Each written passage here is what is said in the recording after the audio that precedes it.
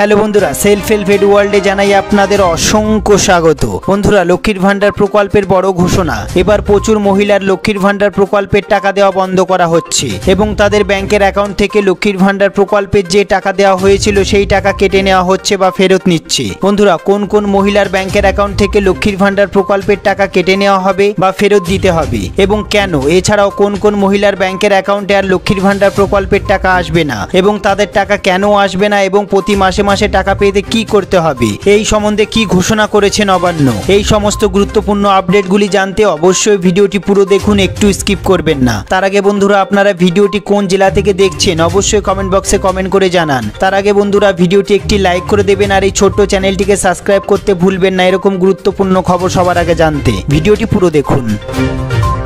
সবার প্রথমে আমরা দেখে নেব নবান্ন থেকে কি বড় ঘোষণা করা হলো। লক্ষ্মীর ভান্ডার প্রকল্পের টাকা ফেরত নেওয়া শুরু হলো। নবান্ন সূত্রের খবর অনুসারে লক্ষ্মীর ভান্ডার প্রকল্পের টাকা বহু মহিলাদের দেওয়া বন্ধ হবে, সেই সঙ্গে টাকা ফেরত নেওয়ার তালিকাও একাধিক উপভোক্তার নাম উল্লেখ রয়েছে। যেমন বহু ব্যক্তি এমন রয়েছেন যাদের দুটি ব্যাংকের অ্যাকাউন্টে টাকা ঢুকছে। তাছাড়া এমন অনেক উপভোক্তা রয়েছেন যারা লক্ষ্মীর ভান্ডার প্রকল্পের মাসে একাধিকবার আর্থিক সহায়তা পেয়েছেন।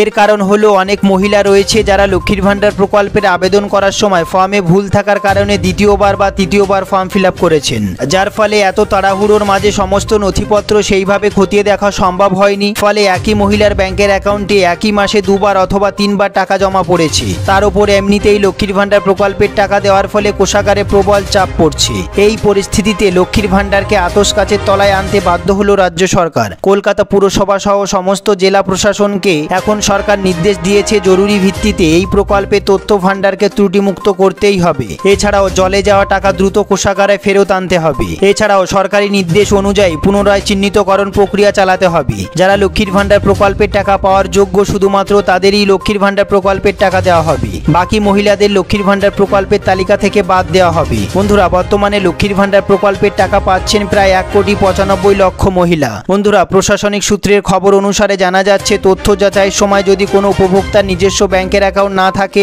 সরকার তাদের ব্যাংকের অ্যাকাউন্ট খুলে দিতে সাহায্য করবেন। এরপর যে আপডেটটি সবথেকে গুরুত্বপূর্ণ সেটি আমরা দেখে নেব। কাদের টাকা দেওয়া বন্ধ হচ্ছে অথবা ফেরত নেওয়া হচ্ছে। যে সমস্ত মহিলারা আগে থেকে অন্য কোনো সরকারি প্রকল্পের ভাতা পেয়ে আসছেন অথচ বর্তমানে লক্ষ্মীর ভান্ডার প্রকল্পের টাকা পাচ্ছেন তাদের টাকা ফেরত নেওয়া হবে। এছাড়াও যে সমস্ত মহিলাদের 25 থেকে 60 বছরের মধ্যে বয়স নয় অথচ তারা লক্ষ্মীর ভান্ডার প্রকল্পের টাকা পাচ্ছেন তাদের টাকা ফেরত নেওয়া হবে। এরপর আমরা দেখে নেব যে সমস্ত মহিলার ব্যাংকের অ্যাকাউন্টে একাধিক মহিলার টাকা একসাথে ঢুকে গেছে, যেমন কোনো মহিলার 500 টাকা কিংবা 1000 টাকা পাওয়ার যোগ্য কিন্তু সেই মহিলার ব্যাংকের অ্যাকাউন্টে যদি একসাথে 5000 টাকা ঢুকে যায় সেক্ষেত্রে অনেক মহিলার টাকা একটি মহিলার ব্যাংকের অ্যাকাউন্টে ঢুকছে বলে মনে করা হচ্ছে, তাই এই সমস্ত মহিলাদের টাকা দেওয়া বন্ধ হচ্ছে। এরপর আমরা দেখব যে সমস্ত জেনারেল অথবা ওবিসি কাস্টের মহিলারা 500 টাকা পাওয়ার যোগ্য কিন্তু অন্য কারো সার্টিফিকেট দেওয়ার ফলে তাদের ব্যাংকের অ্যাকাউন্টে 500 টাকার জায়গায় 1000 টাকা ঢুকছে, সেই সমস্ত মহিলাদের অ্যাকাউন্ট থেকে টাকা ফেরত নেওয়া হবে এবং টাকা বন্ধ করা হচ্ছে।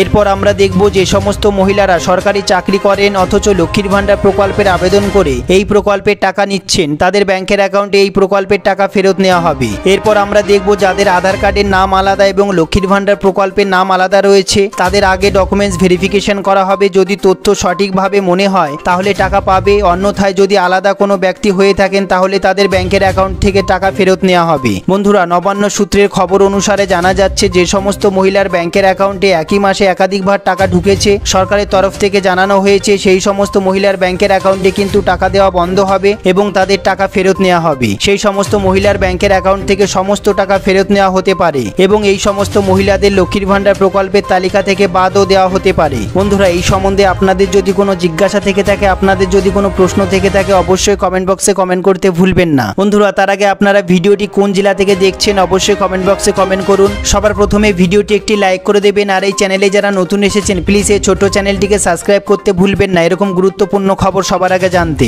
ভিডিওটি পুরো দেখার জন্য অসংখ্য ধন্যবাদ।